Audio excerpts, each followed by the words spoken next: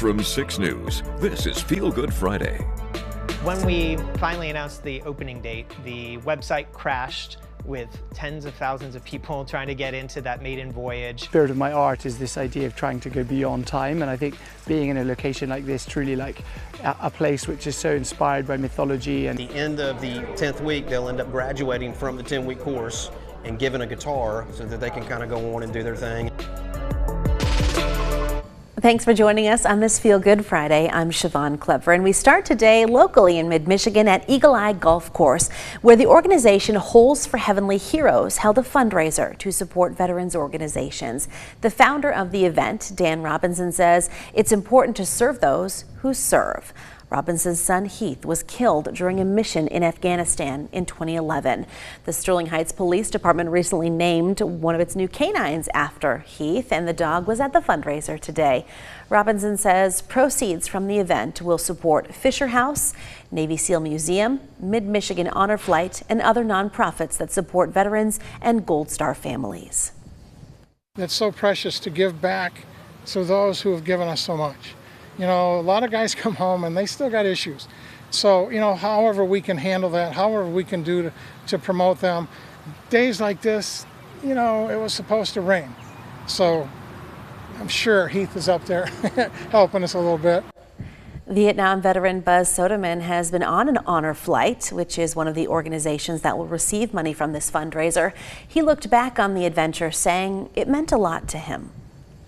It's an opportunity that you don't get. Went to the changing of the guard at the Tomb of the Unknown Soldier. And when we left there were high school kids standing along there, shaking our hands and thanking us for our service. That meant a lot to me because we didn't get that when we came home. This is the 6th year for the event. When it started, only 4 teams were golfing. Today, there were 25. Well, these boxes don't look like much, but what's inside will help people battling cancer and make them more comfortable. This week, Williams Subaru delivered dozens of blankets and patient care kits to the University of Michigan Health Sparrow. No matter what time of the year it is, patients of the Herbert Herman Cancer Center often get cold during their treatments, so the blankets will definitely come in handy. It's our way of being good Samaritans and good patrons of our community, and to help out and make it a better place to live for everybody.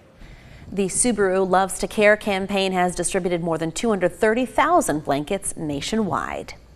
A bar in Phoenix, Arizona is thinking outside the box, taking customers to new heights with a cocktail journey through the golden age of flying. Chris Van Cleve takes us along for the ride. Hi, welcome aboard. Thank you. We're taking a flight. Get ready to sit back and relax. Of fancy 33 passengers with a ticket to an immersive journey from San Francisco to Mexico City in a cabin reminiscent of when flying was something special. This is Carry On Airlines. It may well be the hottest ticket in town, but we're not on a jet, and we will never leave downtown Phoenix. Instead, this journey is about taking the cocktail bar to new heights. We wanted to do an immersive cocktail concept, but set into a vintage theme. Teddy Myers is one of the owners. I'm heavily inspired by any jumbo jet that has that upstairs that you're unable to get up into unless you have a first class ticket. Think back to the 1970s. Nowhere in the skies was more exclusive than the upstairs lounge of a 747. It's that feel they've tried to capture inside this 770 square foot space. The windows are monitors with a 3D accurate map that'll make it feel like you're taking off from the Bay Area and landing in Mexico City. How has the reception been? Overwhelming. When we finally announced the opening date, the website crashed with tens of thousands of people trying to get into that maiden voyage. Experiential bars are growing in popularity. Nearly 1 in 5 millennials reported visiting one in the last 3 months. Open Table says bookings for experiences have jumped 27%. How important are the cocktails to the experience? It's the paramount. It's what people come for. Our captain for this flight is Jax Donahue. His challenge for carry-on was taking vintage drinks and giving them a modern twist with unique ingredients. Went through probably 40 to 50 different styles of cocktails that I was looking after, trying to replicate the flavor of like a Galliano, for instance, without actually using it, or something like a pink squirrel that traditionally is heavy cream or ice cream made without any cream at all.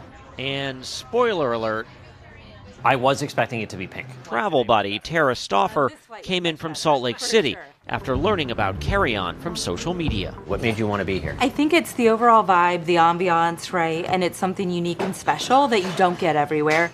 Boarding a 90-minute flight with a destination set for a night to remember. Chris Van Cleve, CBS News, Phoenix. Well, staying in the sky, a pilot in New York spends his days off doing something you probably would not expect: running a hot dog stand. Jason Kay goes from piloting airplanes 35,000 feet in the air to wandering the suburbs of New York with his hot dog cart. Jason is from New York City and never wanted to forget where he came from, so he decided to dish out the dogs.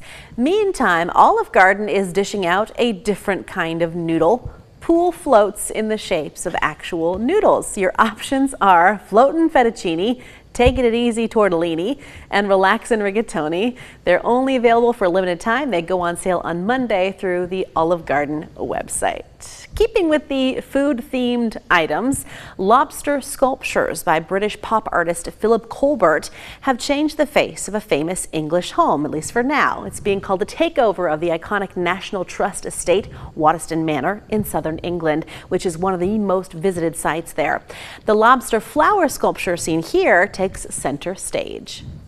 I've always loved this idea that the spirit of my art is this idea of trying to go beyond time, and I think being in a location like this, truly like a place which is so inspired by mythology and fantasy and craftsmanship, I mean, it really is like a phenomenal vision, I guess, of art from old centuries, really. The lobster displays will remain in place until July 6th as part of the Historic Estate's annual Summerfest. And here is a giant chocolate cow. It weighs more than 1,200 pounds. It was the star attraction at a chocolate festival in southern Chile. It's life-sized, at least it was before people took a hammer to it to break it apart for people to eat right there. And then if you missed Kendall and I talking about this yesterday, the team that made this got creative. They even had liquid chocolate flowing from the cow's udder, which we'll see here in a moment.